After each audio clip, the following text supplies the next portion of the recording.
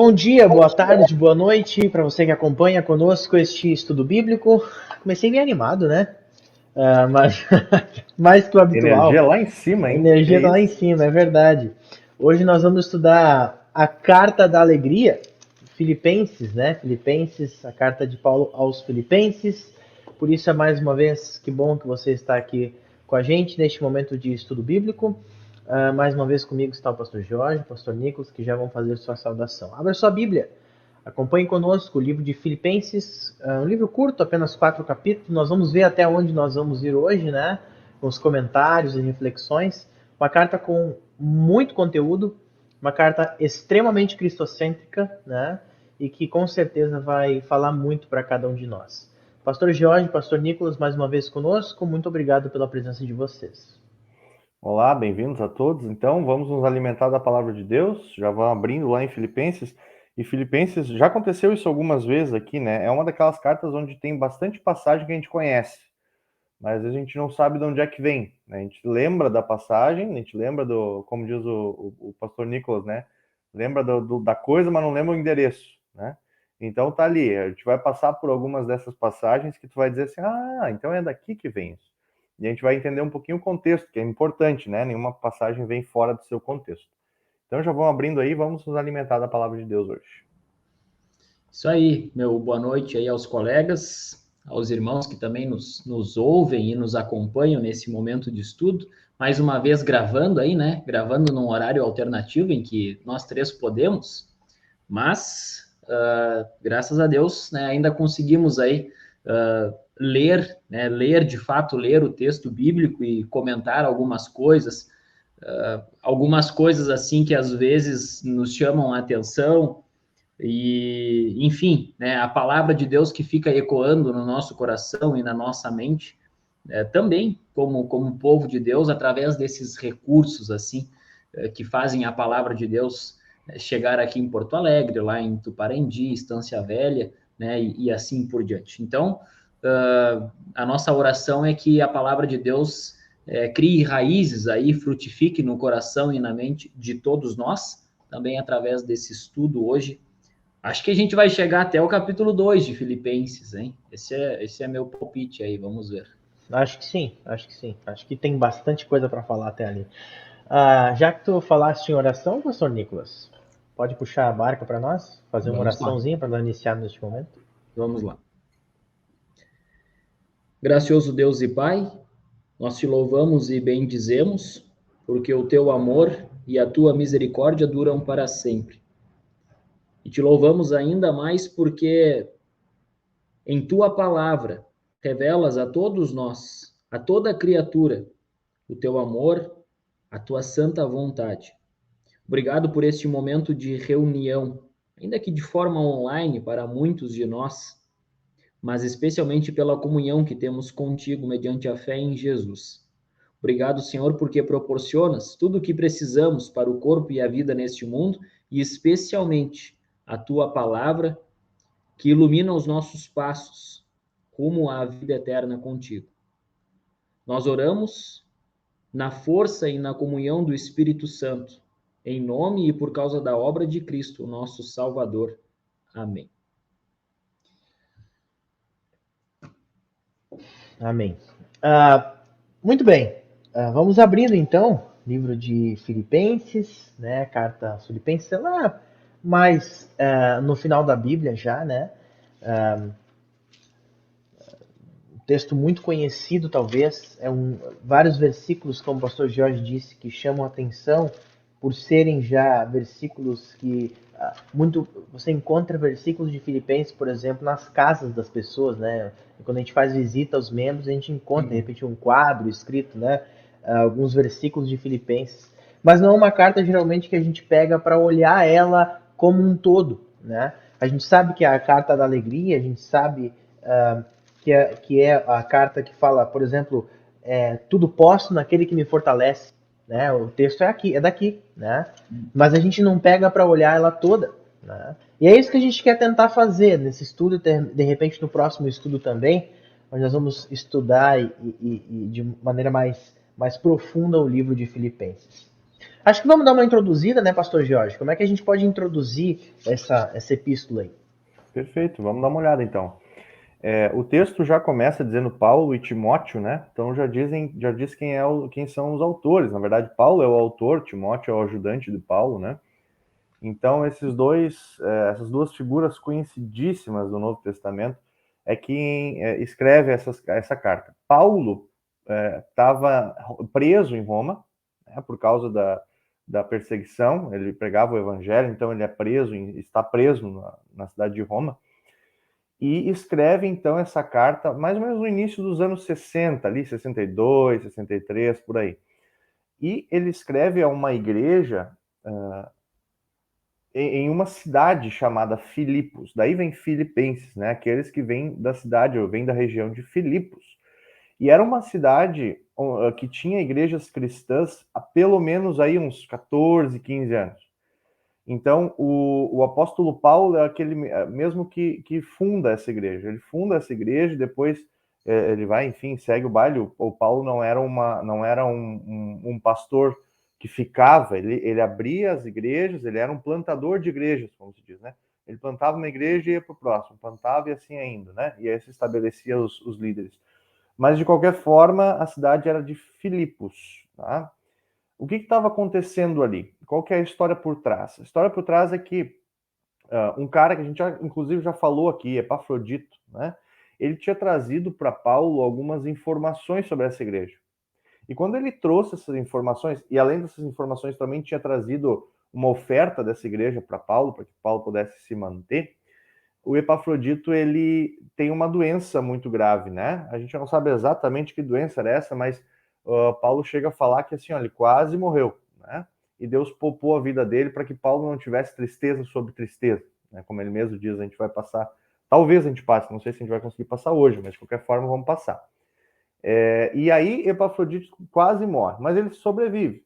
E aí Epafrodito então está voltando, e quando ele vai voltar, ele vai levando essa carta, uma carta a uma igreja que Paulo considera como uma igreja amiga dele, né?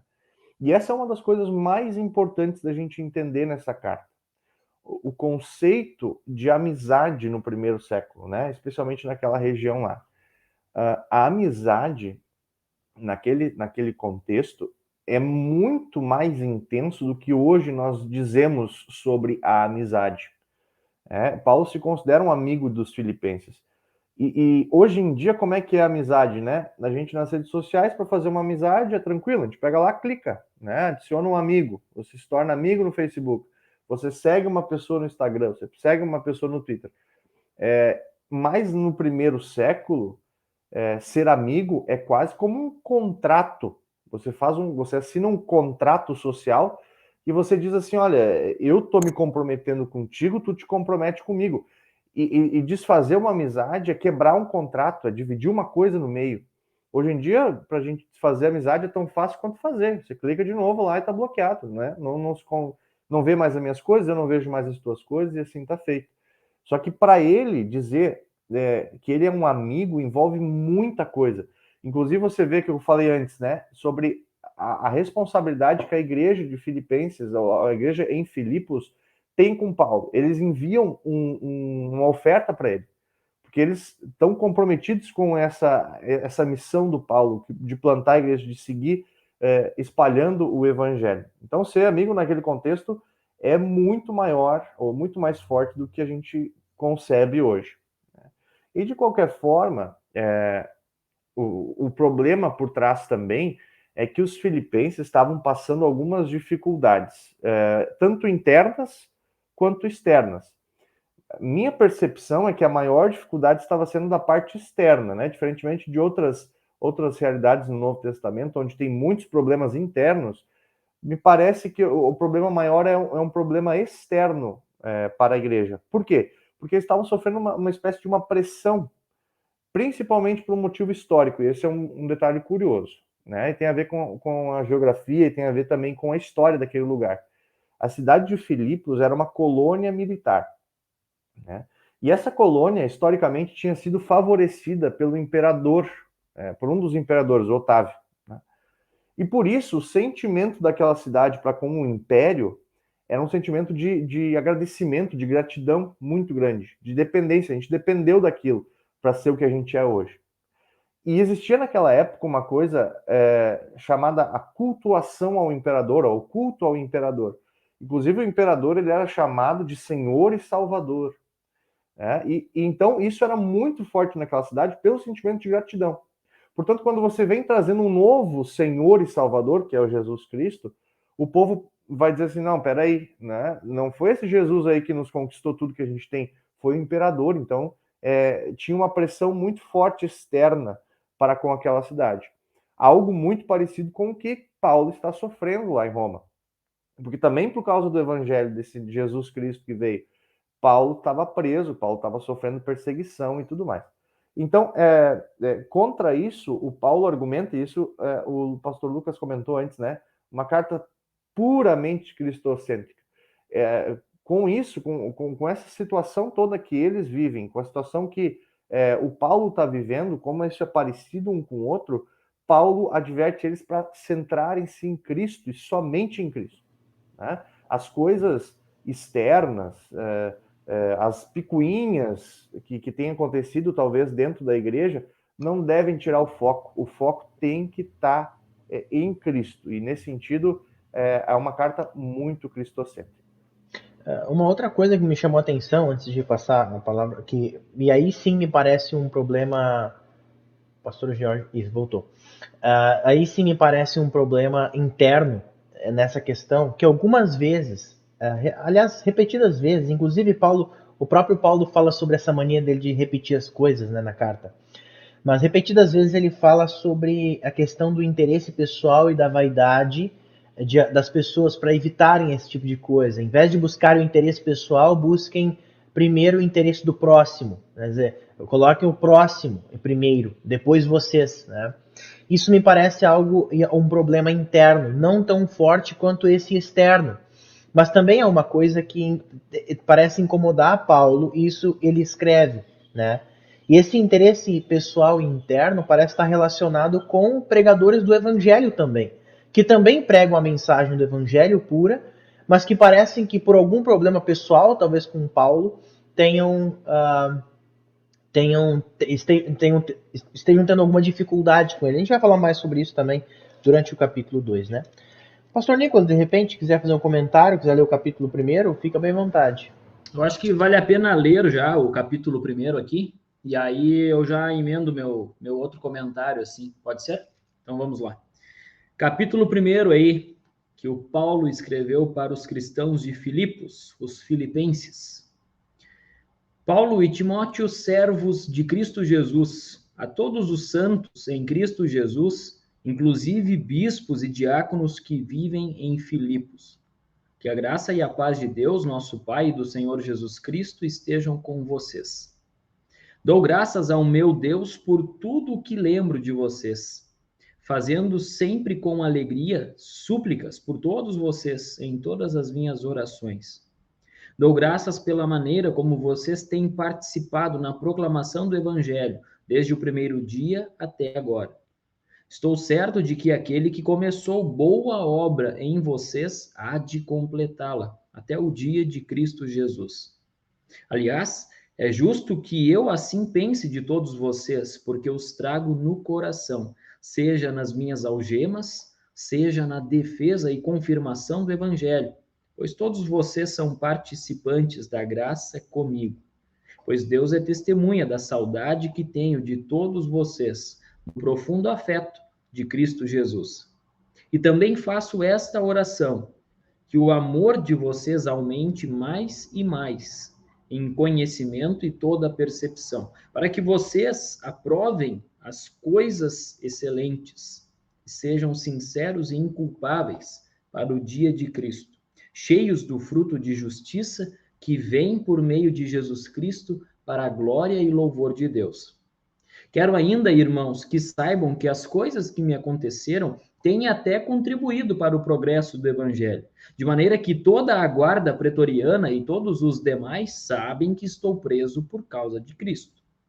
E os irmãos, em sua maioria, estimulados no Senhor por minhas algemas, ousam falar a palavra com mais coragem. É verdade que alguns proclamam Cristo por inveja e rivalidade, mas outros o fazem de boa vontade. Estes o fazem por amor, sabendo que estou incumbido da defesa do Evangelho. Aqueles, porém, pregam Cristo por interesse pessoal, não de forma sincera, pensando que assim podem aumentar meu sofrimento na prisão. Mas que importa? Uma vez que, de uma forma ou de outra, Cristo está sendo pregado, seja com fingimento, seja com sinceridade, também com isto me alegro. Sim, sempre me alegrarei. Porque estou certo de que pela súplica de vocês e com a ajuda do Espírito de Jesus Cristo, isso resultará em minha libertação. Minha ardente expectativa e esperança é que em nada serei envergonhado, mas que com toda a ousadia, como sempre, também agora, Cristo será engrandecido no meu corpo, quer pela vida, quer pela morte. Porque para mim o viver é Cristo e o morrer é lucro.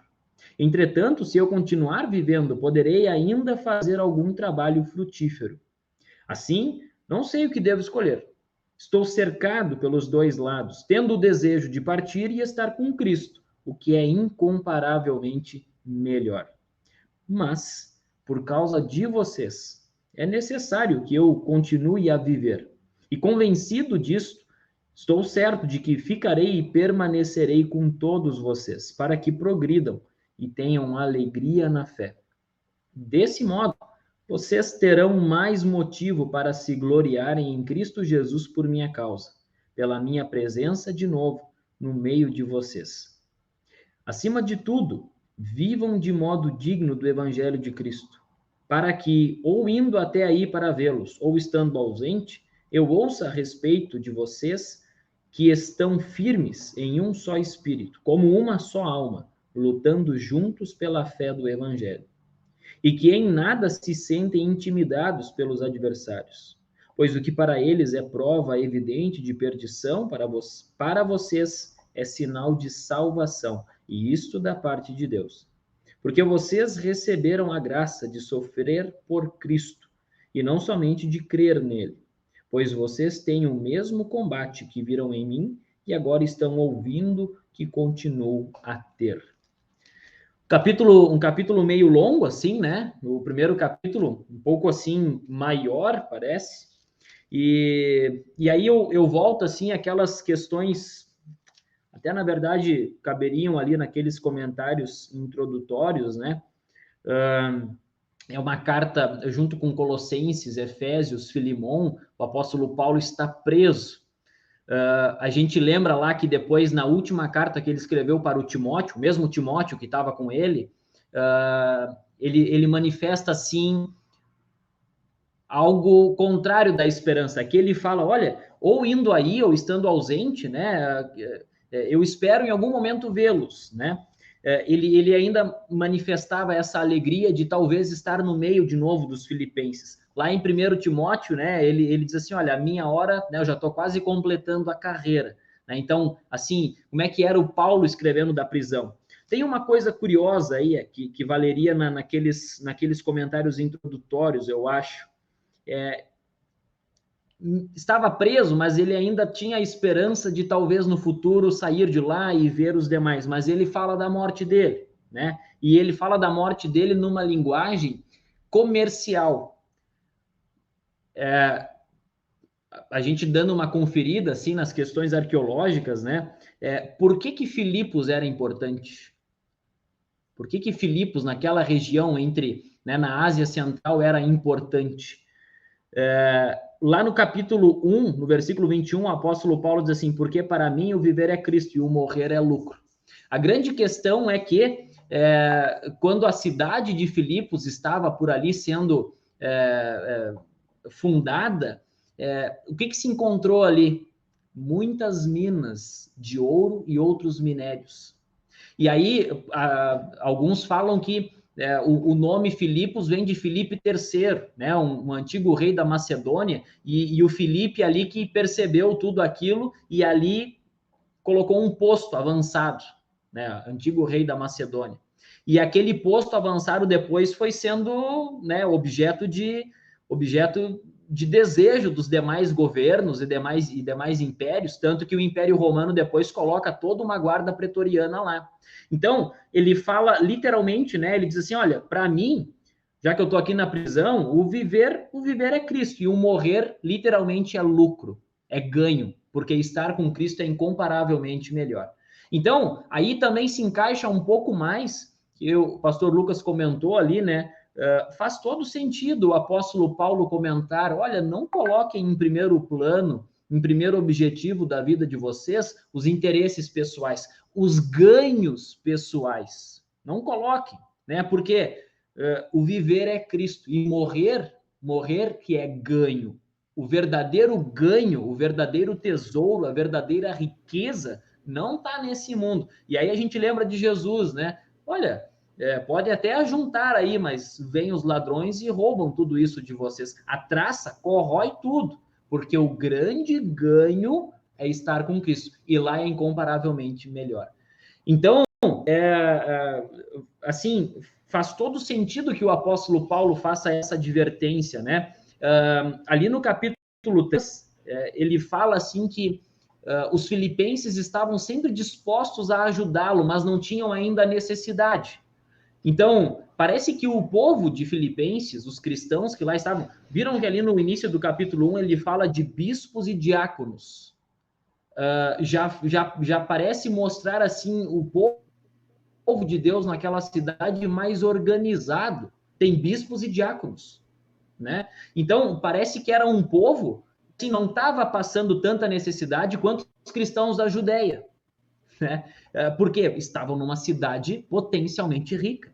Então, para os filipenses, né, o apóstolo Paulo, ele diz assim, olha, eu faço uma oração lá no versículo 9, que o amor de vocês aumente. Né? Talvez num contexto rico, também como aqueles cristãos lá de Laodiceia, né, nas cartas, nas mensagens às igrejas do Apocalipse, o grande problema da igreja de Laodiceia é que eles estavam num contexto de muita riqueza, eram muito ricos. E a riqueza em si não é algo ruim. O dinheiro, a riqueza, eticamente é neutro. É uma coisa neutra. Mas o que fazemos da riqueza, onde colocamos a riqueza em nossas vidas é que é o ponto. E aí o apóstolo Paulo disse, olha, a minha oração a Deus a respeito de vocês é que aumente o amor. Né? Lá no versículo 9, né? Aumente o amor de vocês e mais o conhecimento. Então, esse é assim um ponto para chamar a atenção, assim, né? E muitos outros, né? Os colegas podem mencionar mais agora, mas chama a atenção aí com o lugar, o contexto onde eles viviam e como isso se manifestou, assim, na carta do apóstolo para aqueles cristãos de Filipos. Uhum. Outra coisa que tu vê só, a gente vai pegar praticamente os mesmos versículos, né, pastor Nicolas, e vai falar coisas parecidas, mas com enfoques diferentes. Isso é importante, aliás, é isso que o pastor faz quando faz um sermão, né? Ele observa o enfoque no texto, contexto, e vai pregar sobre isso. Mas veja bem, o que me chamou a atenção nesse capítulo, especialmente a partir ali do versículo 12, que é como se fosse uma segunda parte do capítulo, né? Onde o apóstolo vai falar sobre as consequências do fato dele estar preso, e me chama muito a atenção as consequências do fato dele estar preso, né? O apóstolo Paulo, que era o grande apóstolo Paulo, fundador de igrejas, foi preso. Qual que foi o resultado disso? A igreja não parou. A igreja não ficou estagnada, muito pelo contrário, as pessoas ficaram ainda mais motivadas a pregar o evangelho. E aí eu me pergunto como que nós hoje em dia, temos observado a questão da perseguição religiosa, por exemplo. Né? Parece que a perseguição religiosa, tudo isso é um campo onde parece que o cristão não deve ser perseguido, nós temos que militar contra a perseguição. Sendo que a igreja cresce exatamente nesses momentos, cresce bastante nesses momentos, como foi o caso aqui. E um segundo ponto, nesse mesmo contexto, é o fato de o apóstolo Paulo falar dos dois grupos de pessoas que estão pregando o evangelho. Alguns pregam o evangelho por causa de Cristo e o amor, mas outras pessoas pregam o evangelho por interesse pessoal. E me chama a atenção que Paulo fala assim que essas pessoas pregam por interesse pessoal, mas que ele não se importa dessas pessoas pregarem assim. Pelo menos elas estão pregando. Quando eu fiz a leitura disso, eu pensei assim, tá, mas o apóstolo Paulo, tantas cartas ele escreveu sobre pessoas que estavam atrapalhando a pregação do evangelho, anunciando mensagens. E aí, lendo algumas coisas, a gente chega à conclusão de que aquelas pessoas muito provavelmente anunciavam um evangelho sadio, a mensagem do evangelho de Jesus. É claro que talvez a maneira como elas viviam esse evangelho não estava de acordo com aquilo que elas pregavam, mas elas pregavam o evangelho. De repente tinha algum problema com alguém, um problema pessoal com Paulo, que fazia com que fizessem por interesse pessoal. Mas o ponto que chama atenção aqui, a mim pelo menos chamou atenção, é que Paulo não está preocupado com quem está pregando o verdadeiro evangelho, mas que o evangelho esteja sendo pregado. Porque o poder não está naquele que anuncia, o poder está na palavra anunciada. Né? Isso aqui é um ponto muito importante. Quer dizer, ele está feliz mesmo que aqueles estejam anunciando uma por interesses pessoais a mensagem de Cristo, mas que estejam anunciando, porque é a mensagem de Cristo e é ela que tem o poder, né? Enfim, só pode falar, pastor Jorge. Agora sim. Isso. Eu ia justamente enfatizar novamente essa questão que tu falaste antes, pastor, sobre a perseguição da igreja, né? Como isso é contemporâneo, né? E eu não sei se um dia não foi, né, contemporâneo, isso já está lá no primeiro século, mas a gente tem medo, né? A gente tem tanto medo de ser perseguido, e esse medo gera, às vezes, até, assim, reações alarmistas, do tipo assim, querem fechar as igrejas, a igreja vai acabar. Gente, só um pouquinho. Quem que é o dono da igreja? Quem que manda na igreja? Quem faz a igreja crescer, a igreja parar? A igreja em Filipos, o Paulo deixa bem claro, assim, ó, as algemas não devem assustar a igreja que está em Filipos. A perseguição não deve assustar a igreja que está em Filipos. E assim, até hoje, a igreja não deve se assustar. Né? Por quê? Porque quando o diabo nos tenta, uma das coisas que ele quer é justamente nos humilhar. Né? Porque ele é maior, ele é mais forte do que nós, ele é um ser superior no sentido de poderes do que os seres humanos. Isso tem que deixar bem claro. Um anjo, ele é superior em poder ao ser humano. Mas justamente quando o diabo nos tenta, Deus usa essa tentação para humilhar o diabo. Né? Então, por exemplo, quando o diabo nos assusta ou nos tenta de alguma forma, a reação nossa como cristão é correr para os braços de Jesus. Dizer assim, ó, Jesus me ajuda. E aí o tiro sai pela culatra do diabo, né? O diabo vai tentar destruir um ser humano fraco, e aí Deus faz com que esse ser humano fraco justamente aproxegue-se nele e não consegue derrotar um ser humano fraco. Assim também é com a igreja.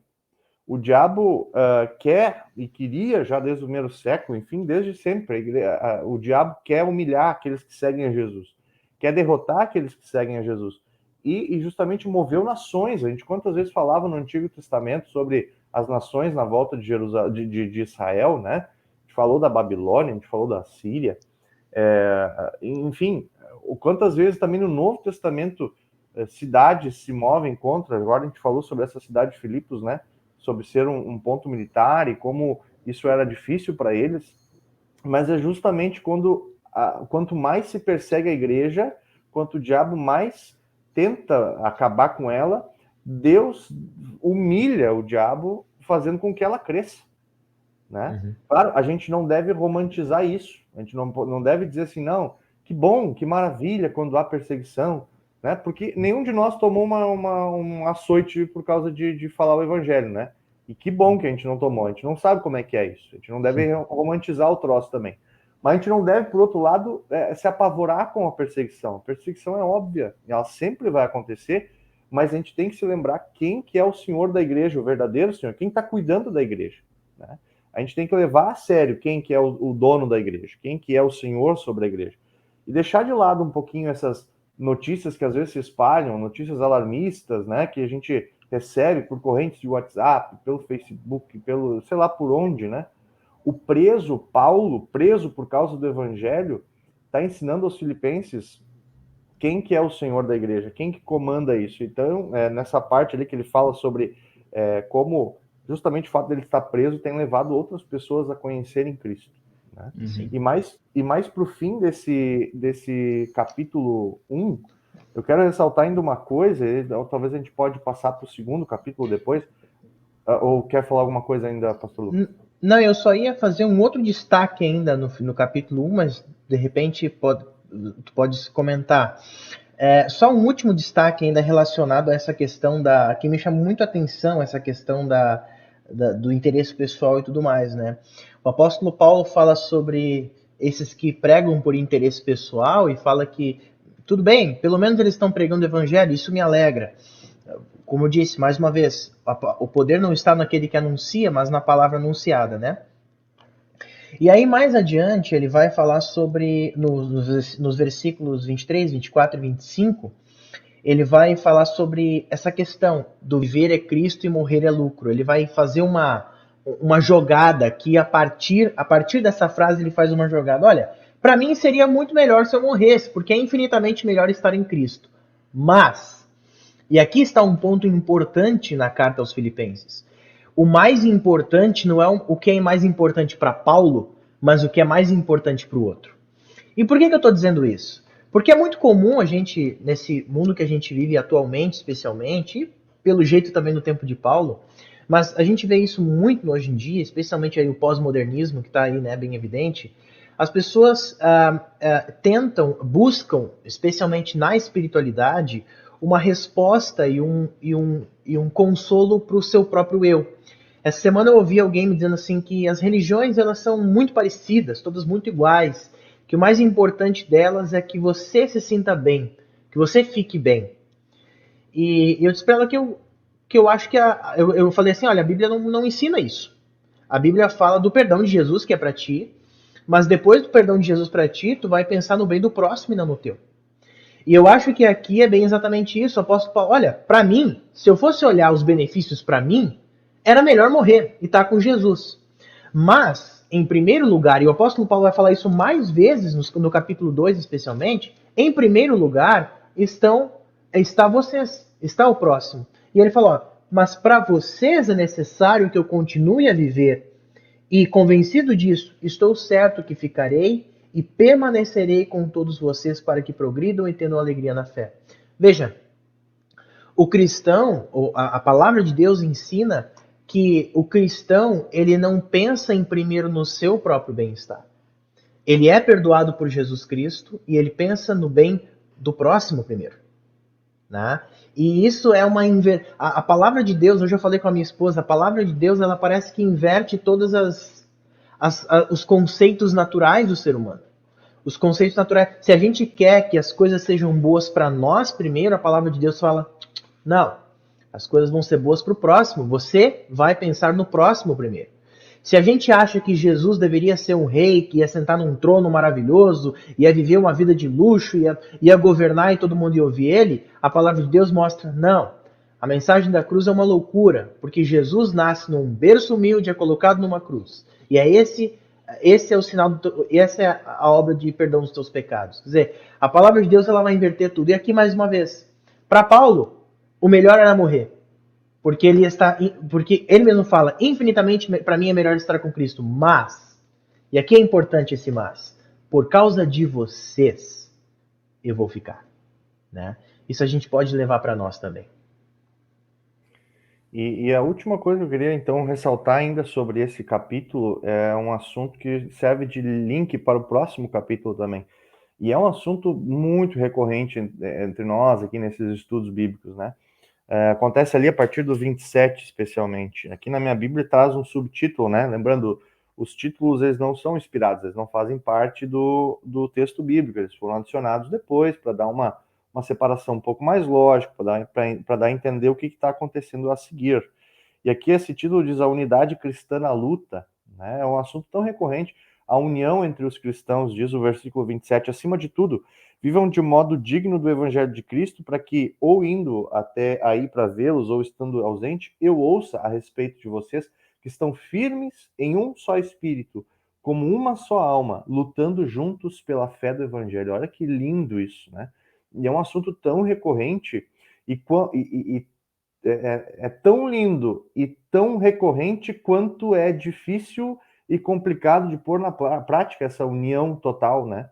Porque, assim como lá, e isso não é uma particularidade da nossa igreja hoje, as coisinhas, as picuinhas aparecem, daqui a pouco elas são dado mais proporção do que a única tarefa específica da igreja, que é pregar o evangelho, né? O foco devia ser a igreja, da igreja deveria ser o evangelho, deveria ser pregar o evangelho, falar do evangelho, da boa notícia, o evangelho de Jesus, para as outras pessoas.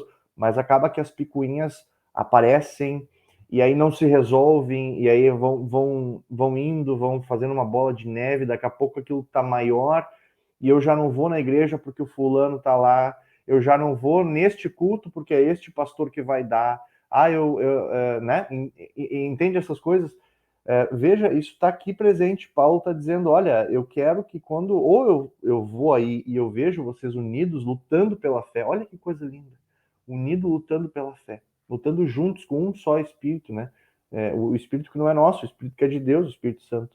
E isso leva ao nosso segundo capítulo, que já começa assim, eu vou começar a leitura do segundo capítulo. Portanto, se existe alguma exortação em Cristo, alguma consolação de amor, alguma comunhão do Espírito, se há profundo afeto e sentimento de compaixão, então completem a minha alegria, tendo o mesmo modo de pensar, tendo o mesmo amor e sendo unidos de alma e de mente. Não façam nada por interesse pessoal ou vaidade, mas por humildade, cada um considerando os outros superiores a si mesmo, não tendo em vista somente os seus próprios interesses, mas também os dos outros. Tenham entre vocês o mesmo modo de pensar de Cristo Jesus, que, mesmo existindo na forma de Deus, não considerou o ser igual a Deus algo que deveria ser retido a qualquer custo. Pelo contrário, ele se esvaziou, assumindo a forma de servo, tornando-se semelhante aos seres humanos e reconhecido em figura humana. Ele se humilhou, tornando-se obediente até a morte e morte de cruz.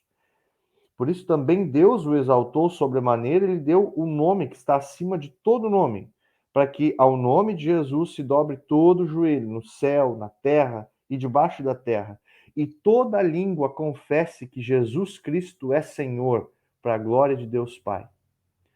Assim, meus amados, como vocês sempre obedeceram, não só na minha presença, porém muito mais agora na minha ausência, desenvolvam a sua salvação com temor e tremor, porque Deus é quem efetua em vocês tanto o querer quanto o realizar, segundo a sua boa vontade. Façam tudo sem murmurações, nem discussões, para que sejam irrepreensíveis e puros, filhos de Deus inculpáveis no meio de uma geração pervertida e corrupta, na qual vocês brilham como luzeiros no mundo, preservando a palavra da vida. Assim, no dia de Cristo, poderei me gloriar de que não corri em vão, nem me esforcei inutilmente. Entretanto, mesmo que eu seja oferecido como libação sobre o sacrifício e serviço da fé que vocês têm, fico contente e me alegro com todos vocês. Assim, também vocês, pela mesma razão, fiquem contentes e se alegrem comigo.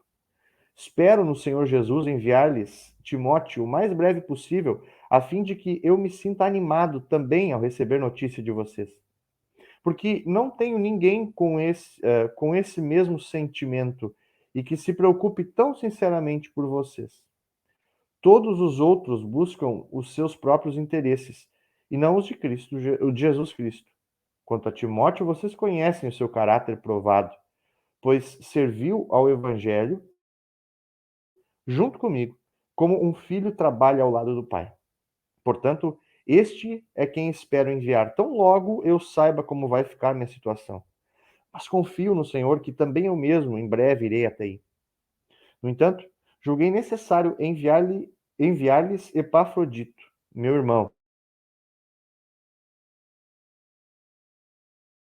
cooperador e companheiro de lutas, e da parte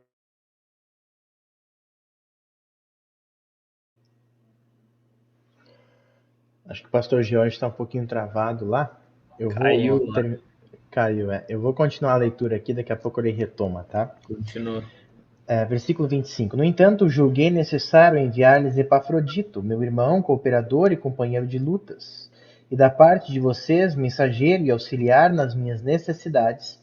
Ele tinha muita saudade de todos vocês e estava angustiado porque vocês ficaram sabendo que ele adoeceu. De fato, adoeceu e estava à beira da morte. Mas Deus se compadeceu dele, e não somente dele, mas também de mim, para que eu não tivesse tristeza sobre tristeza. Por isso, tanto mais me apresso em mandá-lo, para que, vendo-o novamente, vocês fiquem alegres e eu tenha menos tristeza. Recebam-no, pois, no Senhor com toda alegria e honrem sempre os que são como ele, porque, por causa da obra de Cristo, ele quase morreu, arriscando a própria vida para suprir a ajuda que vocês não podiam me dar pessoalmente. Até aqui a leitura, então, do capítulo 2. O pastor Jorge, quando ele retornar, ele faz o gancho que ele queria fazer entre o capítulo 1 e 2. Eu só quero destacar rapidamente, pastor Nicolas, aí eu passo a palavra para ti, mais uma vez, tá? Aquele assunto que eu havia comentado antes, e ele tratando dessa questão da humildade pessoal e tudo mais, né? Ele coloca, olha, não tendo em vista somente os seus próprios interesses, mas também os dos outros. E aí ele usa um exemplo, que é o exemplo de Cristo, para exemplificar exatamente isso que ele está trazendo na carta. Olha, tenham vocês mesmo o modo de pensar de Cristo Jesus, que mesmo existindo na forma de Deus, ele não considerou ser igual a Deus. Pelo contrário, versículo 7, ele se esvaziou assumindo a forma de servo, tornando-se semelhante aos seres humanos. Veja, o maior exemplo de humildade, né, foi o de Jesus Cristo. Eu acho isso aqui extremamente inspirador e educativo, especialmente sobre o que é a vida cristã, né? A vida cristã em cuidado e amor ao próximo. Não tendo por base, em primeiro lugar, os seus próprios interesses, mas o interesse do próximo. Mesmo que isso cause uma certa... que seja necessária humilhação para esse tipo de coisa, né? Olha quem voltou aí, ó. Pastor Jorge retornou. Pastor Nicolas, depois o pastor Jorge pode ir. Ou, Beleza. enfim, vocês que sabem. Assim, fazendo esse link ali, né, entre o versículo 4, o 13 e o 4, e logo depois o 5, o pessoal de casa aí, vocês todos, provavelmente, independente da Bíblia aí, da tradução que vocês venham a ter, entre o versículo 4 e o versículo 5, provavelmente vai ter um título, vai ter um subtítulo ali colocado pelo, sei lá, né, pelos editores da Bíblia lá. Os títulos não são ruins, não tem problema nenhum, né? Basta apenas saber que a gente meio que risca ele dali, ou bota o dedo em cima e lê como se fosse uma coisa só. A gente começa a entender por que o apóstolo Paulo pede que cada um considere o outro superior a si mesmo, que não se tenha em vista somente o seu próprio interesse. Não é por uma autopiedade, não é para mostrar um moralismo superior, sei lá, não. É porque o fundamento, o motor propulsor, o poder para agir dessa forma está fundamentado na obra de Cristo, né? A gente costuma falar assim, né, da cristologia. A cristologia é a base do amor ao próximo. Aquilo que Deus fez em Jesus Cristo é a base para tudo aquilo que nos serve de norteador para a nossa vida. Então, aquele título ali fala, aqui na minha Bíblia está o exemplo de Cristo na humilhação. E é verdade, né? Tá tudo bem com o título ali, mas a gente bota o dedo em cima e faz de conta que ele não está ali, lê tudo numa coisa só, a gente tem uma percepção maior. Por que eu preciso fazer isso com o meu próximo, ou ter essa atitude, ou ter essa iniciativa para com o meu semelhante? Afinal, ele é o meu semelhante, ele não é melhor do que eu. Ok, mas vamos lá, vamos olhar para Cristo Jesus, que mesmo sendo Deus, ele não cravou os pés no chão, fez uma birra, disse, não, eu sou Deus, eu não vou fazer isso por pecadores, assim como vocês, né? Não, ele não, que nem diz algumas traduções, ele não usurpou disso, né? Ele mesmo sendo Deus, não fez uso de toda a sua divindade e majestade. Ele não é que ele deixou de lado ou abriu mão. Não, ele nunca abriu mão. Ele sempre foi Deus, mas ele não colocou em uso. Ele não usou disso para não cumprir a sua obra de salvação, para não se colocar, eu não vou poder me colocar a serviço de vocês, tá, pecadores, até porque eu sou Deus. Não, pelo contrário, é por causa disso que ele tornou-se como nós, né? Então, esse contexto todo aqui de usar a obra de Cristo para nos motivar, para nos orientar, lembrando, percebendo assim essa maneira de Deus pensar, fala muito ali de ter o mesmo modo de pensar que houve em Cristo Jesus. Eu me lembro muito assim daquilo que o Paulo escreveu para o Tito, né? A graça de Deus nos educa. É a graça de Deus. A graça de Deus em Cristo Jesus nos educa. Para quê? Para que, renegadas as impiedades e as paixões desse mundo, ficasse achando melhor que o outro, considerar primeiro a sua própria vida, os seus interesses, em detrimento do próximo, não importa o que tenha em vista, vivamos neste mundo de modo justo, sensato e piedoso. O apóstolo Paulo escrevendo para o Tito, lá no início do capítulo 3, se não me falha a memória, né? Então, é isso. A graça de Deus em Jesus nos educa. Aqui na ética cristã, quem é a autoridade? A autoridade é o próximo. E que o próximo também tenha o mesmo sentimento para comigo. A grande questão é que há os problemas aí, né, pastor Jorge? O pastor Jorge estava comentando aí, onde há seres humanos, né, tem uma coisa aí chamada pecado, né? Isso aí atrapalha, né?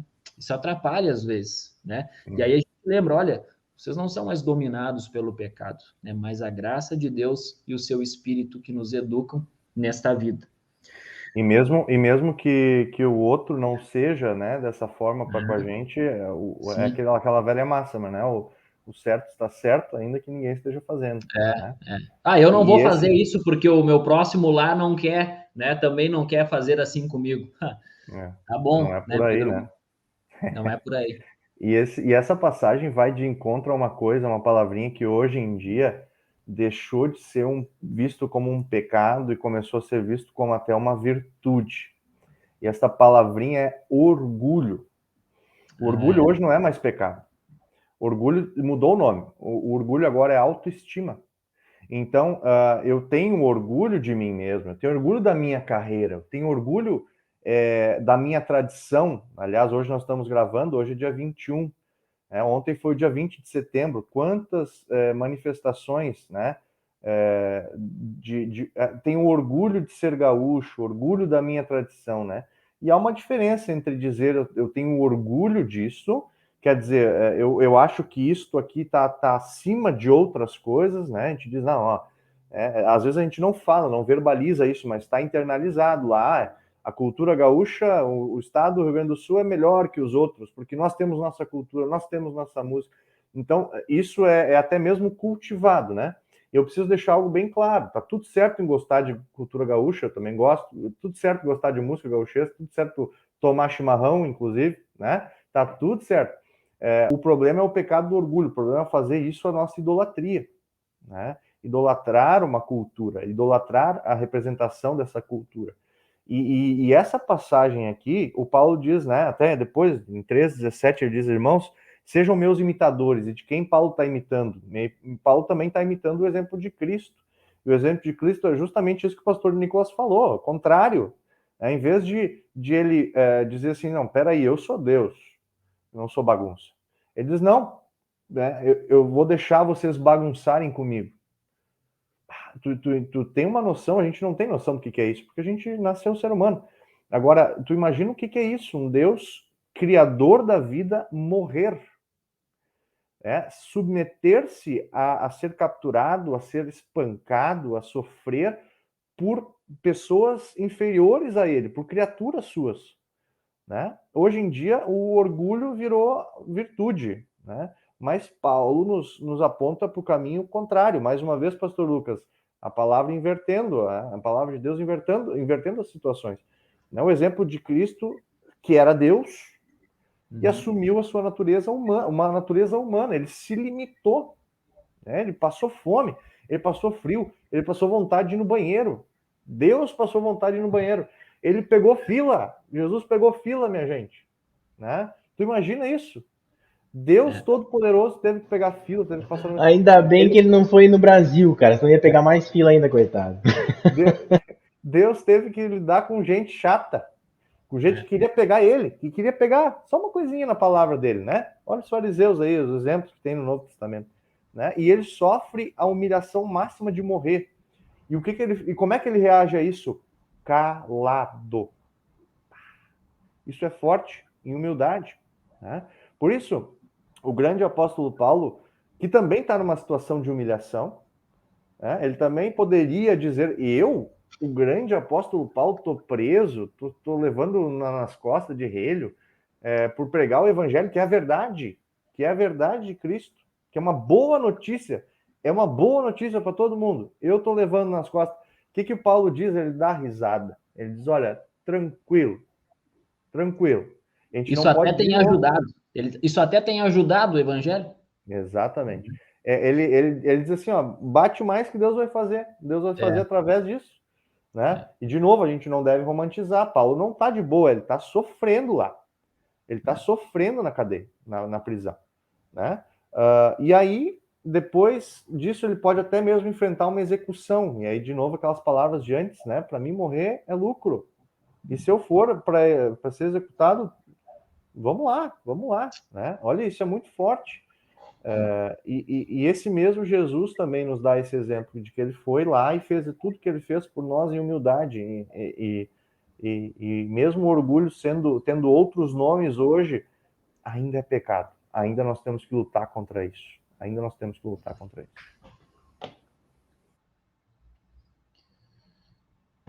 É isso, né? Achei que o pastor Nicolas ia falar, estava desmutado ali.